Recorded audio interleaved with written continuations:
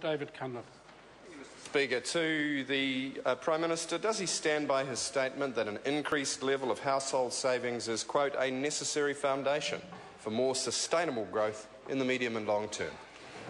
Honourable Bill English on behalf of the Prime Minister. Mr. Speaker, on behalf of the Prime Minister, yes, which is why the Government welcomes the recent improvements in household savings. For example, in the 5 years to 2008, household savings averaged minus 4.5%.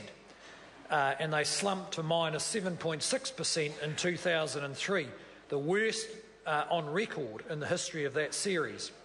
Under the current government, household saving has averaged minus 0.2%.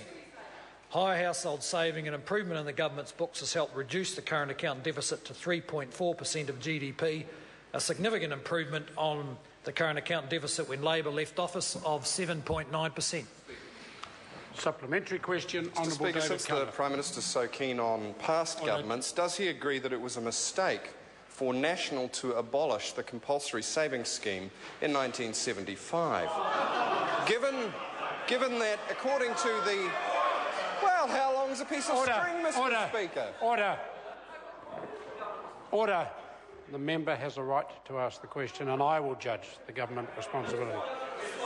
Thank you, Mr. Speaker. Given that the Financial Services Council has estimated that New Zealand has now foregone $278 billion in savings as a result of that short-sighted national government decision.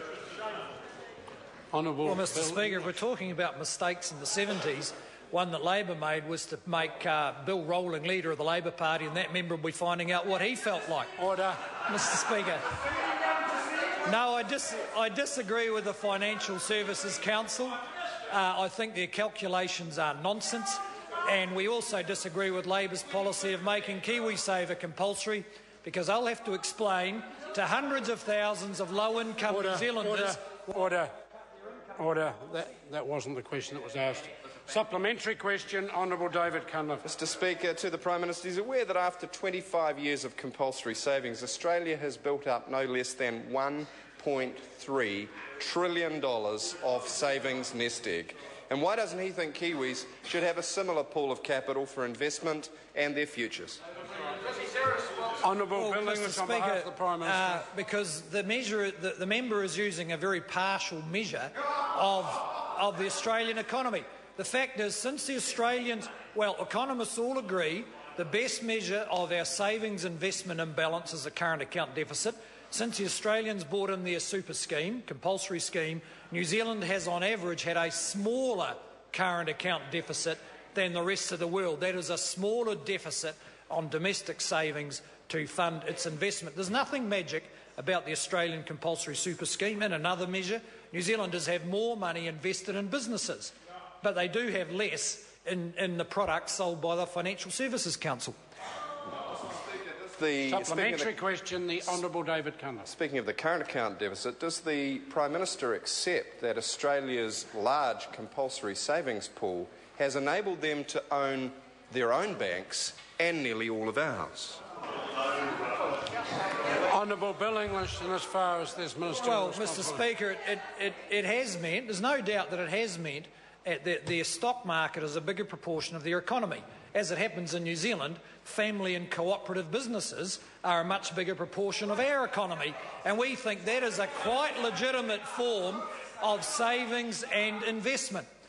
In any case, Labor will spend the next 3 months promising carve-outs from its compulsory scheme that compels hundreds of thousands of the poorest New Zealanders to give up 9% of their income when they can't afford to give up any. Order. Supplementary question, Honourable David Speaker, Cunliffe. given that the Prime Minister is so concerned about the current account deficit, and given that 85% of New Zealand's national debt is private debt, why is he not prepared to support a policy that will grow private savings, shrink private debt and reduce the current account deficit? Honourable Bill English on behalf Mr. Speaker, of the Prime Minister. because it won't do any of those things. That's why. There's already 2.3 million New Zealanders in KiwiSaver. The member should take some of the credit for the success of KiwiSaver because his government introduced it. and people are still joining it at the rate of $15,000 per month. The people who aren't in KiwiSaver generally can't afford to be in it.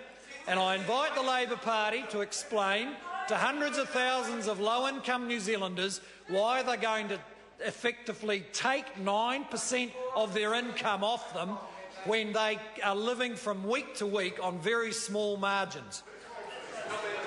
Order, order, order, order. Mr. Supplementary question, Honourable David Cunliffe. Mr. Speaker, given that the Prime Minister's party opposed KiwiSaver when Labor introduced it and now supported it, and given the crocodile tears he's just cried about low-income New Zealanders, will the Minister of Finance, the Prime Minister, both stand up and agree with us the minimum wage should be raised as soon as possible to $15 an hour? And if he doesn't, would he like to explain to New Zealanders why he wants to keep their wages down and their savings down and their banks owned by a... Order. This is question time, not the general debate. Honourable Bill English. Mr. Speaker, no. And the member is trying to tell people that low-income New Zealanders who will be hit by a 9% cut in their income won't worry about it because they can get a small percentage increase in the minimum wage. Actually, most of them aren't on the minimum wage. They have low incomes because they're seasonal workers, casual workers, or not working at all. The member will spend the next 3 months backtracking from his position of compulsory KiwiSaver. You just watch. Order. Question number 3, Honourable Kate Wilkinson. Thank you, Mr. Speaker. My question is to the Minister of Finance. What recent reports has he received about the outlook for the New Zealand